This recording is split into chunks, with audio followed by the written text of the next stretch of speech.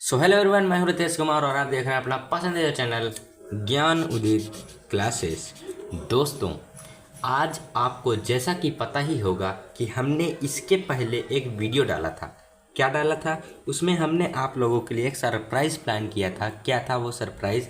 आप उस वीडियो को देख लीजिए, या नहीं देखे हैं तो आप इस वीडियो को यदि देख रहे हैं तो आप सीधे ही यहाँ से कंटिन्यू कर सकते हैं। क्या है, क्या हमने उस वीडियो में बताया था और क्या हम अभी इस वीडियो में बताने वाले हैं, ये समझिए।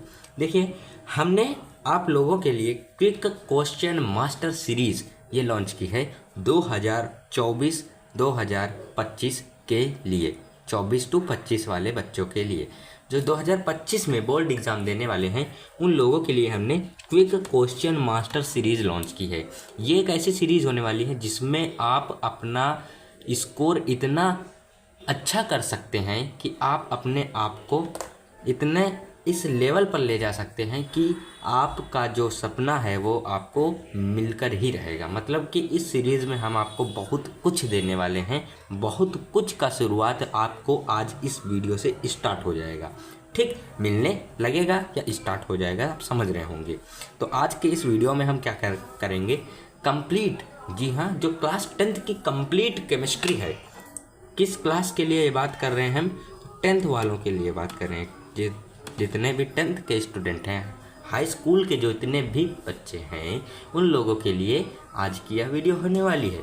ठीक है, कंप्लीट केमिस्ट्री के जितने भी एमसीक्यू बन सकते हैं, जो आपके बोर्ड पेपर में आ सकते हैं, उसको आज की इस वीडियो में हम डिस्कस करने वाले हैं। और किसके द्वारा होगा वो मैं ही करूँगा। ठीक है, तो क्या आप इस क्लास के लिए रेडी हैं या नहीं, कमेंट करके ज़रूर बताएं। और आप इस क्लास के लिए रेडी हो जाइए, क्योंकि यह क्लास थोड़ा लंबी होने वाली है। ठीक है, हमने आप लोगों को पहले ही बता दिया। चलिए आइए अब हम स्टार्ट करते हैं इस क्लास को और बनाते हैं एकदम बेहतरीन सी क्लास। अंत तक ज़रूर देखिएगा, इससे आपको बहुत ही ज़्यादा फ़ायदा होने वाला है। 2 मिनट तक का, लगभग 2 मिनट तक हमने डिस्कस कर लिया है कि इस सीरीज़ में हम आपको क्या देंगे। आइए अब हम स्टार्ट करते हैं अपनी क्लास को। तो देखिए, जैसा कि आप देख रहे होंगे आपके स्क्रीन के सामने, बहुविकल्पी प्रश्न चैप्टर। ये कौन सा है चैप्टर? ये पहला चैप्टर है जिसका नाम है रासायनिक अभिक्रियाएं एवं समीकरण, केमिकल रिएक्शंस एंड इक्वेशंस। देखिए, इसका पहला क्वेश्चन आपके सामने क्या है, प्रश्न है कि FeO3 + 2L एल्यूमिनियम, और ये हमारा क्रिया कर रहा है, अथवा ये हमारे पास रिएक्शन दी गई है। अब इस रिएक्शन में हमको क्या पूछा गया है, ऊपर दी गई अभिक्रिया किस प्रकार की है। तो हमको ये बताना है कि ये जो 2 अभिक्रियाएं दी गई हैं ये किस टाइप की रिएक्शन है।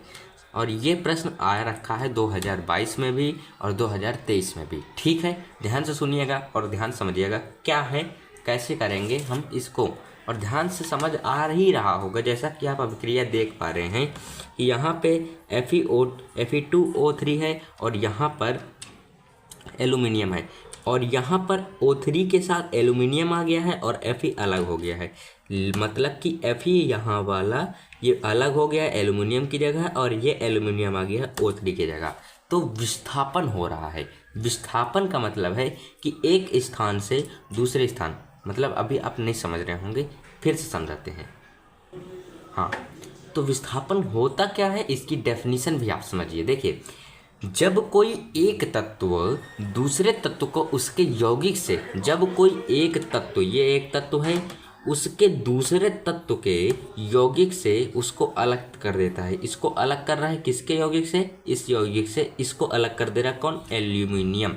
और ये उस स्थान पर चला जा रहा है, ये आ गया। ठीक है, इसी तरीके से यहाँ पे है Zn और H2SO4, ये बन जा रहा है ZnSO4 और H2। ठीक, तो ये एक तत्व है जो इस यौगिक के हाइड्रोजन की जगह पर अपने आप को विस्थापित कर रहा है। समझ गए? तो ये कैसी अभिक्रिया हो जाएगी? विस्थापन अभिक्रिया हो जाएगी। इसके उत्तर भी आपको लिखे हुए मिलेंगे। उत्तर क्या है? विस्थापन अभिक्रिया। क्लियर बात है? चलिए अब हम देखते हैं नेक्स्ट क्वेश्चन जो हमारा दूसरा है, उसको भी आपके सामने हम डिस्कस कर लेते हैं। ध्यान से देखिए। तो देखिए, ये प्रश्न आप लोगों से क्या कह रहा है कि नीचे दी गई अभिक्रिया के संबंध में कौन सा कथन असत्य है। असत्य कथन पूछा है और यहाँ पे आपको रिएक्शन दी गई है। यहाँ से हमको 4 ऑप्शन दे गए हैं और ये उनके भी ऑप्शन दे गए, मतलब इनमें से कौन सा कथन हमको सही है या सॉरी असत्य है। यहाँ पे ध्यान से सुनिए, असत्य पूछा है, ठीक, सही नहीं। तो इन ऐसे क्वेश्चन को करने के लिए सबसे पहले हमको रिएक्शन पर देखना होता है और रिएक्शन के अभिकारक की ओर देखना होता है। अभिकारक में देखिए ये लेड ऑक्साइड है, लेड ऑक्साइड लेड में बदल रहा है, मतलब डबल है और डबल से सिंगल हो रहा है तो ग्रहण होता है। डबल से जब भी सिंगल होगा तो ग्रहण होगा और डबल से सिंगल से जब भी डबल होगा तो त्याग होगा। ठीक, किसका त्याग होगा और किसका ग्रहण होगा? तो इलेक्ट्रॉन का त्याग और ग्रहण होता है। तो जब भी डबल से सिंगल होता है तो ग्रहण होता है और जब भी ग्रहण होगा, जहाँ पर भी ग्रहण की बात आएगी तो ग्रहण मतलब अपचयन, अपचयन, ठीक, अपचयन। ये हमने बात आप लोगों को जब हमने ये चैप्टर पढ़ाया था तब भी बताया था। ठीक, ये रेडॉक्स अभिक्रिया से संबंधित क्वेश्चन है, फिर भी देख लीजिए हम आपको समझाते कैसे हैं कि कैसे करेंगे ऐसे क्वेश्चन को। ग्रहण हो रहा है किसका? इलेक्ट्रॉन का ग्रहण हो रहा है, तो जब भी ग्रहण होगा तो अपचयन होगा, ठीक बात है। लेकिन जहाँ पर ये जो हमको क्रिया कारक दिया है या अभिकारक दिया है, तो ये यहाँ पे अपचयन हो रहा है, इसका नहीं हो रहा है अपचयन, इसका अपचयन हो रहा है, ये इसका अपचयन हो रहा है। और ये किस तरीके से काम कर रहा है? तो ये ऑक्सीकारक के तरीके से काम कर रहा है, अपचायक के तरीके से नहीं काम कर रहा है। ठीक, ये ऑक्सीकारक है। क्या हो जाएगा ये? ऑक्सीकारक। अपचयन और उपचयन ये अलग अलग चीज़ें हैं और ऑक्सीकारक और अपचायक ये दोनों अलग अलग चीज़ें हैं। तो ये क्या है? ऑक्सीकारक है, ऑक्सीकारक, ठीक बात है। तो ये बात आपको समझ में आ गई होगी, ठीक है। अब देखिए जहाँ पर भी ये ऑक्सीकारक है, मतलब सीसा कौन है? ये अपचयित हो रहा है, नॉट, ये अपचयित नहीं हो रहा है, इसका ऑक्सीकरण हो रहा है। क्या हो रहा है? ऑक्सीकरण हो रहा है, तो ये कथन गलत है। दूसरा, कार्बन डाइऑक्साइड उपचयित हो रहा है, ये कार्बन डाइऑक्साइड देखिए यहाँ पे सिंगल से डबल हो रहा है, ध्यान समझिएगा, सिंगल से डबल हो रहा है। और जब भी सिंगल से डबल होता है तो क्या होता है? त्याग। और जहाँ पर भी त्याग की बात आती है वहाँ होता है ऑक्सीकरण। ऑक्सीकरण जहाँ पर होता है वहाँ पर जो पदार्थ होता है, जो कार्बन होता है, इसका क्या होता है? अपचयन, अपचायक कहलाता है। क्या कहलाता है? अपचायक। तो ये अपचायक हो जाएगा। ठीक, तो यहाँ पे क्या लिखा है? कार्बन डाइऑक्साइड उपचयित हो रहा है, नहीं, क्या हो रहा है? अपचायक हो रहा है, तो ये अपचायक हो गया, ये भी गलत है। और ये क्या है? कार्बन उपचयित हो रहा है, हाँ, कार्बन उपचयित हो रहा है, मतलब उपचयित का मतलब है ऑक्सीकरण, उपचयन का मतलब है ऑक्सीकरण। तीसरा क्या है? लेड ऑक्साइड अपचयित हो रहा है, लेड ऑक्साइड अपचयित हो रहा है, लेड ऑक्साइड अपचयित हो रहा है। समझ बात आई? चलिए, ये दोनों हमारे ऑप्शन गलत है, इसलिए हमारा ऑप्शन नंबर ए सही हो जाएगा। आशा करते हैं आपको ये क्वेश्चन बेहतरीन तरीके से समझ आया होगा। आइए अब देखते हैं नेक्स्ट क्वेश्चन। तो देखिए FeCl3 + 2H2O + Y बराबर ये दे रहा है हमको ये, तो इसमें हमसे पूछा y क्या है, बस ध्यान से समझिए। देखिए इधर Fe है, इधर Fe है, इधर Cl है, इधर Cl है, इधर H है, इधर H है, इधर O है, इधर O है, इधर Y है, बट इधर Y के स्थान पर S है, सीधे क्या होगा? SO2, मतलब SO2। देखिए कैसे हम ये डिफाइन करेंगे, यहाँ पर ऑक्सीजन कितने हैं? 4 हैं, बट यहाँ पे ऑक्सीजन केवल 2 हैं, इसलिए इस Y की जगह पे हम क्या लिखेंगे? SO2। SO2 मतलब एक S होगा, O2, एक ये O2 हो जाएगा और ये 2 O2 हो जाएंगे, तो 2 हो जाएंगे 4। क्लियर बात है? तो यहाँ पे क्या हो जाएगा? SO2। ठीक बात है। हाँ, द्रव्यमान संरक्षण के नियम के अनुसार हम यहाँ इसको कर देंगे। कैसा क्वेश्चन है? द्रव्यमान संरक्षण के नियम से रिलेटेड। चौथा जो क्वेश्चन है वो क्या है? लौह चूर्ण पर तनु हाइड्रोक्लोरिक अम्ल डालने से क्या होता है? देखिए लौह चूर्ण ये हो गया, इस पर यदि हम ये डालेंगे तो क्या बनेगा? FeCl2 बनेगा, प्लस हाइड्रोजन गैस बाहर निकलेगी, यहाँ पे हम बैलेंस कर लेंगे, बस यही होगा, हाइड्रोजन गैस और आयरन क्लोराइड बनेगा, खत्म बात। समझ आया? नेक्स्ट क्वेश्चन देखिए, श्याम श्वेत फोटोग्राफी में क्या प्रयोग किया जाता है? तो AgCl मीन्स सिल्वर क्लोराइड प्रयोग किया जाता है। अगला क्वेश्चन देखिए, क्वेश्चन नंबर 6, दी गई समीकरण में किस प्रकार की अभिक्रिया है? देखिए PaCl2 और ये H2SO4, और जब भी ऐसा होता है कि किन्हीं भी दो, ये हमारा क्या है, ये एक लवण है और ये क्या है, ये एक अम्ल है, और अम्ल और जब लवण की क्रिया होती है तो ये रिएक्शन आप याद ही कर लीजिए, क्योंकि ये क्वेश्चन में रिएक्शन आती ही है, सॉरी मतलब पेपर में रिएक्शन आती है, और ये बहुत ही इंपॉर्टेंट रिएक्शन है। ठीक बात है, आप इसको याद कर लीजिए जब भी आपसे पूछे कि अवक्षेपण अभिक्रिया, ये क्या बना है हमारा, ये जो ठोस बना है ये बैठ जाता है, इसके नीचे आप ऐसे तीर भी लगा सकते हैं, तो ये क्या है, अवक्षेप है। अवक्षेप, यहाँ पर भी अवक्षेप बनेगा तो हमारी अवक्षेपण अभिक्रिया हो जाएगी। आशा करते हैं ये भी क्वेश्चन आपको समझ आया होगा। आइए अब देखते हैं अगला। देखिए, एक भूरे रंग का चमकदार तत्व X को वायु की उपस्थिति में गर्म करने पर वह काला रंग का हो जाता है। इस तत्व का नाम, जब भी हम कॉपर को वायु की उपस्थिति में गर्म करेंगे तो वो काला रंग का हो जाएगा। सल्फर, ये गैस होती है, इसका कोई मतलब नहीं है। जिंक, ये हमारा हरा रंग का हो जाता है। कैसा, हरा रंग का, जस्ता। ठीक बात है, तो ये हमारा कॉपर आंसर सही हो जाएगा। नेक्स्ट क्वेश्चन देखिए, आंसर आपको दिया है लेकिन ये मत समझिए कि हम आपको समझा नहीं रहे, क्वेश्चन सारा समझाएंगे। देखिए, कार्बन को वायु में जलाने पर कार्बन डाइऑक्साइड गैस का बनना, मतलब कार्बन जब हम ऑक्सीजन में जलाते हैं, ऑक्सीजन की उपस्थिति में जलाते हैं तो कार्बन डाइऑक्साइड बनता है। और ये कैसी रिएक्शन है, संयोजन, सिंपल। लेड नाइट्रेट का सूत्र पूछा है, और लेड नाइट्रेट का सूत्र आप लोगों को पता है कैसे।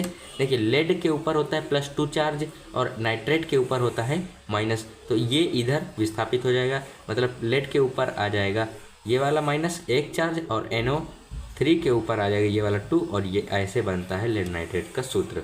समझ आ गया होगा आपको, अभी ही समझ आया होगा, मतलब आज से पहले आपने ये नहीं सीखा होगा, शायद सीखा भी होगा, कोई दिक्कत नहीं है। देखिए नेक्स्ट क्वेश्चन, जिन अभिक्रियाओं में आयनों के विनिमय से नए अयौगिक बनते हैं उन्हें कहते हैं द्विविस्थापन अभिक्रिया। आयनों के विनिमय से, जो आयनों के विनिमय से होता है उन्हें बोलते हैं द्विविस्थापन अभिक्रिया। ठीक बात है। अगला क्वेश्चन देखिए, निम्नलिखित में से कौन सी एक दहन अभिक्रिया है? दहन अभिक्रिया की जहाँ पर भी बात आए, ध्यान से सुनिए, दहन अभिक्रिया की जहाँ पर भी बात आए तो वहाँ पर क्या होता है कि किसी भी एक कार्बनिक यौगिक को, दहन की बात आए तो ऑक्सीजन जरूर होगी वहाँ पर, तो कार्बनिक यौगिक के साथ यदि ऑक्सीजन क्रिया कर रही है तो वहाँ पर, और ऊष्मा निकल रही है, प्रकाश निकल रहा है, तो वहाँ पे दहन अभिक्रिया होगी। तो क्या यहाँ पे है, नहीं है, ऊष्मा नहीं है। यहाँ पर क्लोरीन है, ये भी नहीं हो गई। यहाँ पर क्या है, ये देखिए कार्बनिक यौगिक है, ऑक्सीजन है, यहाँ पे कार्बन डाइऑक्साइड और ये ऊष्मा और ये सब निकल रहा है, और यहाँ पे कार्बनिक यौगिक है बट यहाँ पे ना ऑक्सीजन है ना कुछ है, तो ये ऑप्शन हमारा एकदम सही हो जाएगा। आशा करते हैं आपको पहले चैप्टर के जितने भी हमने न्यूमेरिकल बताए सारे समझ आए होंगे। अब हम देखते हैं अगले चैप्टर के न्यूमेरिकल, सॉरी MCQ। अब हम देखते हैं अगले चैप्टर के प्रश्न। अगला चैप्टर बोले तो अम्ल, क्षार एवं लवण, एसिड्स, बेसेस एंड सॉल्ट्स। देखिए, ये जो प्रश्न आप देख पा रहे हैं ये 2015, 2017 ऐसे बहुत ही जितने भी प्रश्न हमने आपको दिखाए हैं अभी तक पिछले चैप्टर के, वे सारे ही इम्पोर्टेंट हैं और कहीं ना कहीं वो बोर्ड में आए हुए प्रश्न हैं। ठीक है, अब देखिए यहाँ पर आप ध्यान से समझेंगे तभी आप लोगों को समझ आने वाला है। देखिए, क्षारीय विलयन में फिनोप्थिलीन सूचक का रंग होता है। क्षारीय विलयन में फिनोप्थिलीन रंग, इसको तो आपको याद करना पड़ेगा, इसमें हम आपको कोई भी ट्रिक बता नहीं सकते हैं। फिर भी आप देख सकते हैं लीन, ली ला, यहाँ पे गुलाबी आप बता सकते हैं, फिनोप्थिलीन का रंग गुलाबी होता है। ठीक है, निम्न में प्रबल क्षार कौन सा है? और प्रबल क्षार की जहाँ पर बात आए तो NaOH ये भी होता है, KOH ये होता है। इन दोनों में जो भी अगर इन दोनों में कंपेयर करने के लिए आ जाए तो ये होगा, वरना ये होगा। क्लियर बात है। पोटेशियम हाइड्रोक्साइड इसको बोलते हैं। नेक्स्ट, निम्नलिखित में दुर्बल अम्ल कौन सा है? और यदि सबसे अच्छा अम्ल पूछे तो ये और ये होता है, फिर ये होता है और ये सबसे दुर्बल अम्ल होता है। दुर्बल अम्ल ये हो गया। क्लियर बात है। नेक्स्ट क्वेश्चन क्या है?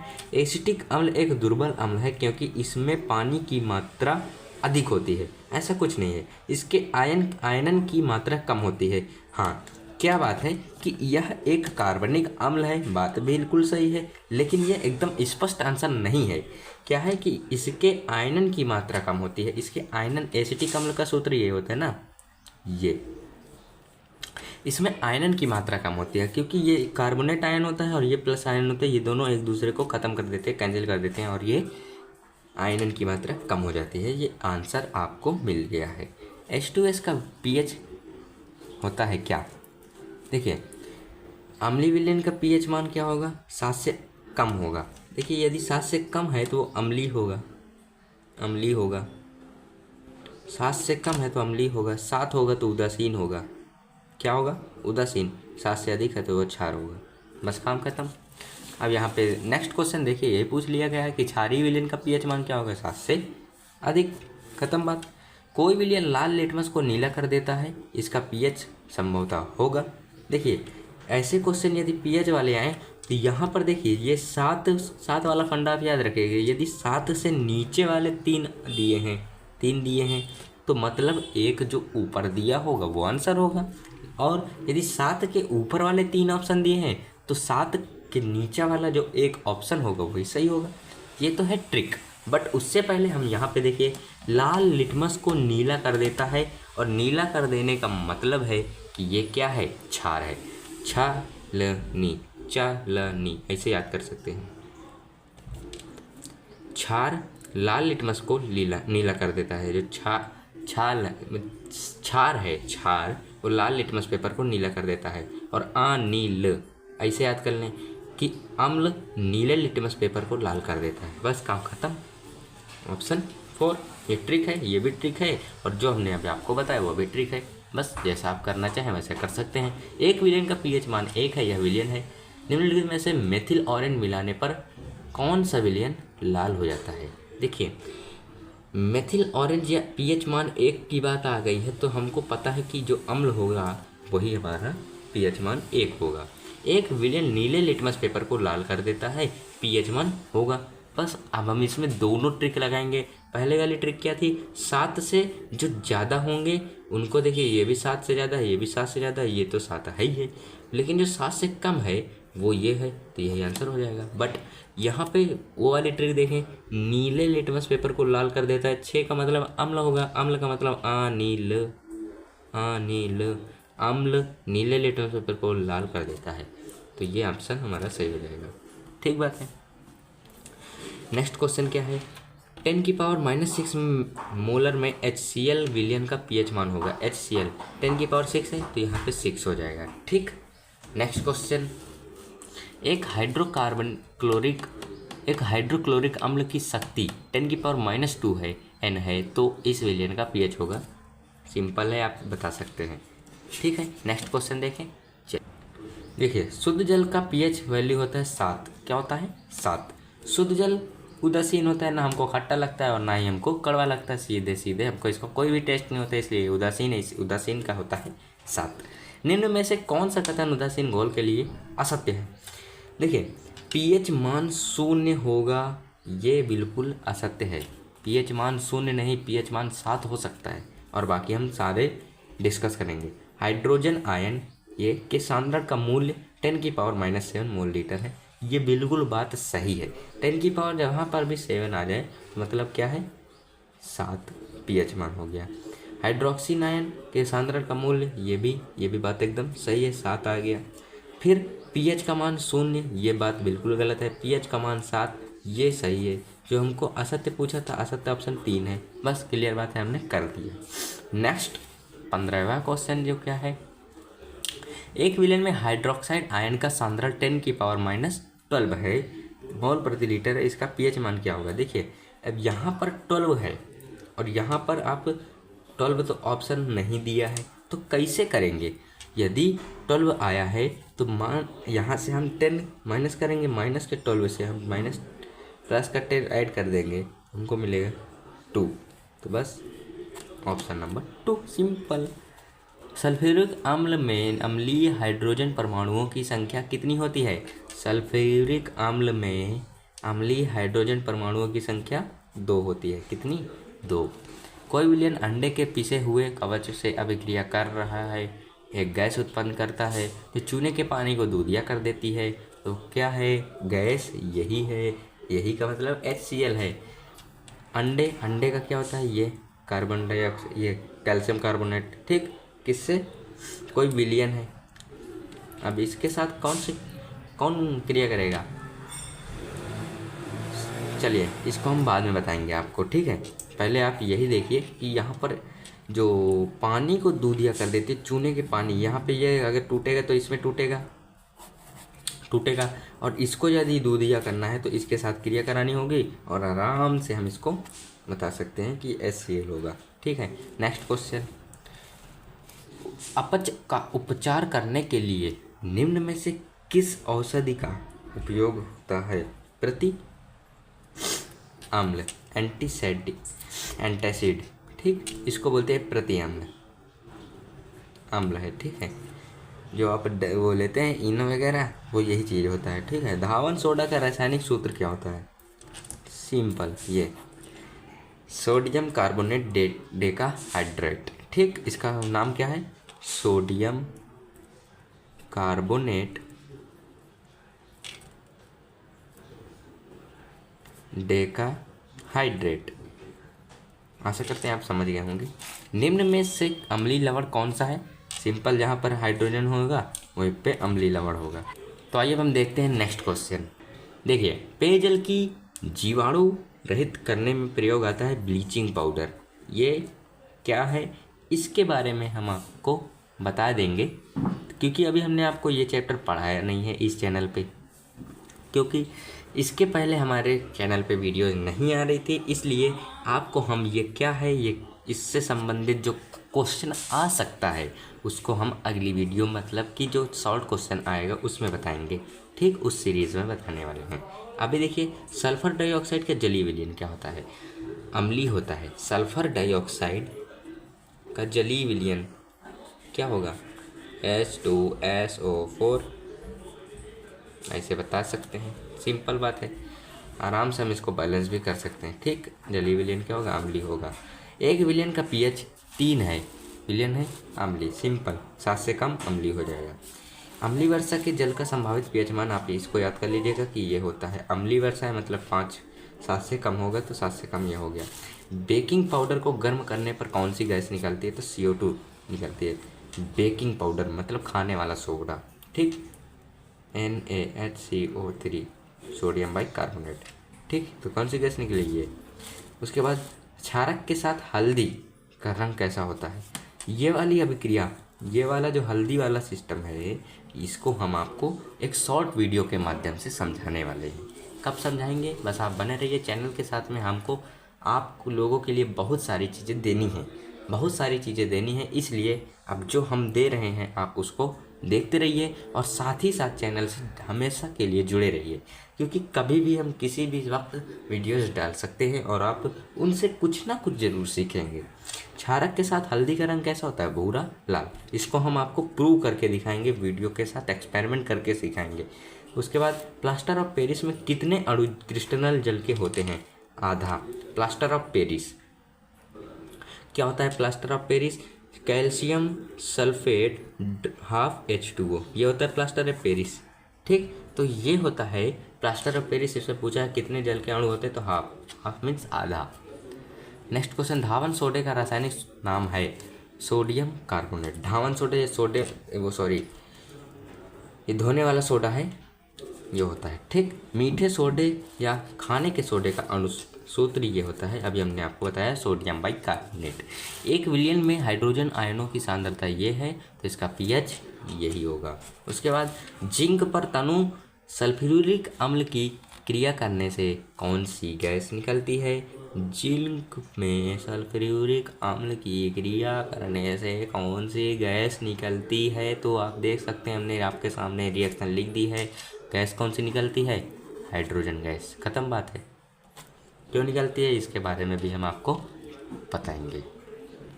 देखिए, कॉलम ए में दिए गए पदार्थों का सुमेलन कॉलम बी से कीजिए अनुप्रयोग के साथ। प्लास्टर ऑफ पेरिस किस में काम आता है? मूर्ति बनाने में, मतलब ए का बी हो गया। कास्टिक सोडा किस में काम आता है? कास्टिक सोडा किस में काम आता है बताइए? साबुन के निर्माण में कास्टिक सोडा होता क्या है? NaOH, यही होता है कास्टिक सोडा। ओके। उसके बाद सोडियम बाइकार्बोनेट किसके काम में आता है? तो सोडियम बाइकार्बोनेट आता है प्रति अम्ल बनाने। प्रति अम्ल का मतलब वही प्रतिजैविक अम्ल, ठीक है। ब्लीचिंग पाउडर कीटाणु नाशक होता है, ठीक। ब्लीचिंग पाउडर CaOCl2 वही है, ठीक बात है। अब हाँ, ये हम मिला लेते हैं। पहले का हमारा दूसरा था, ठीक। ये कट गए, ये भी कट गया, ये भी कट गया, सीधे सीधे हम मिला सकते हैं इससे। ये ऑप्शन, ये वाले क्वेश्चन बहुत ही सिंपल होते हैं। इसको बोलते हैं कूट वाले प्रश्न। क्या बोलते हैं? कूट वाले प्रश्न। ये देखिए वही क्वेश्चन आ गया कि प्लास्टर ऑफ पेरिस का रासायनिक सूत्र क्या है। प्लास्टर ऑफ पेरिस का रासायनिक सूत्र यहाँ पे आप देख सकते हैं कि ½ मिला होता है। बस खत्म।